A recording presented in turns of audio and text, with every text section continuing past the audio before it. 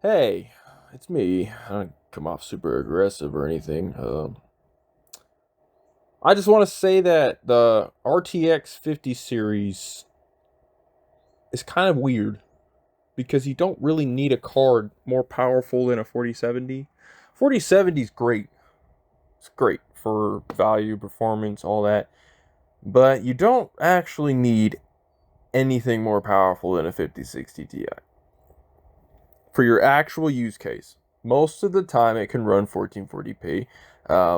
You can stream games, run the game simultaneously with other things in the background.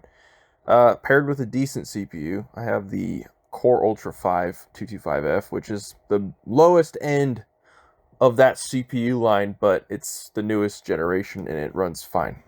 I literally thought to myself, okay, what problems am I going to have editing wise? No, I don't have that many issues. Mainly, maybe the program will glitch out, DaVinci, but overall, it performs just fine with 10 cores on the 4.7 gigahertz to 5 gigahertz range. Combined with the 5060 Ti, I just wanted to do a quick review. Basically, I can't ask for any better for a $1,000 PC. Today's market, and 32 gigs of 5200 megahertz RAM, which is kind of hard to find. 32 gigs, which I paid $200 for. Combined with everything else, it's a solid computer.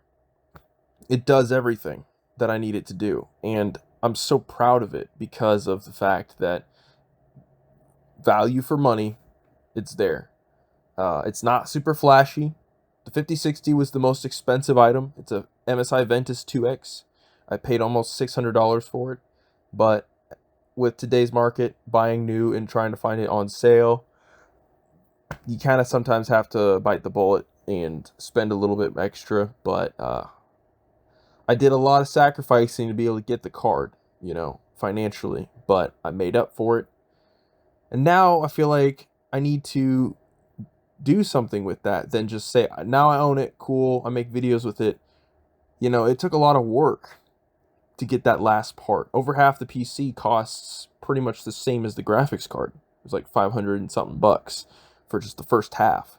Then I have to scrape together 3 paychecks, which I wanted to just scrape together 2 paychecks. Ended up being 3 for various reasons that I'm not going to go into. Combining all of it, finally was able to purchase the card off was it eBay? Yeah, it was open box. That's right, it was eBay. Solid performance across the board. I mean, for editing, and if you want to get into content creation, yes, you can work with the Core Ultra 5. You don't need the Core Ultra 7. That's the fun part. Now, low range or low end or mid range is considered high end now. That's bizarre. That's weird. That doesn't make any sense to me. But the biggest thing I was happy about was the 8-pin power connector. That part makes me feel safe with power delivery. I have a 750 watt, fully modular platinum CPU, not CPU, PSU, sorry.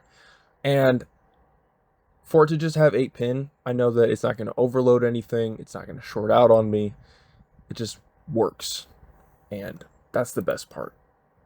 So overall review, running games is fine, obviously, but for productivity, the graphics card can do a lot of extra processing, which I highly recommend if you're going to do any kind of scaling on your system to do GPU scaling. There is something about the way the 50 series works that applies more sharpness or more color to the 1080p mode, and I was able to get it to scale to 1440p and actually look correct because it was doing half color, and then I was reiterating the resolution and got it to do full color, which I don't know how I hacked it to do that, but I was just messing around with settings until it just worked.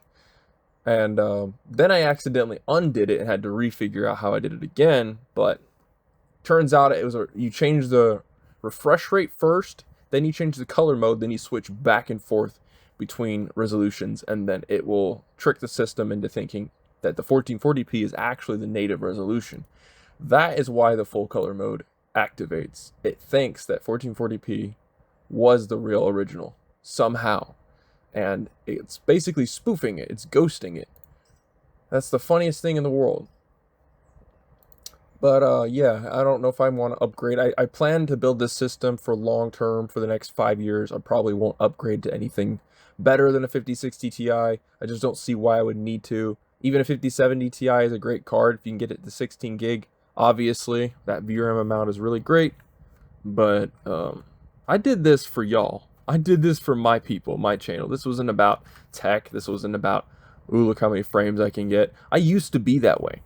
Way back, I used to make gaming videos and be like, ooh, look, I can get better performance. But my entire focus and it's all shifted to content about art and just relationships. But ultimately, it's the relationship with the stuff I own and myself that I think shows, you know, how I treat everything now with more patience, more care, more thought behind it is ultimately the driving factor. And yeah, that's why I even built this PC. Was I said to myself, if I'm going to get back into doing this, I got to do it right.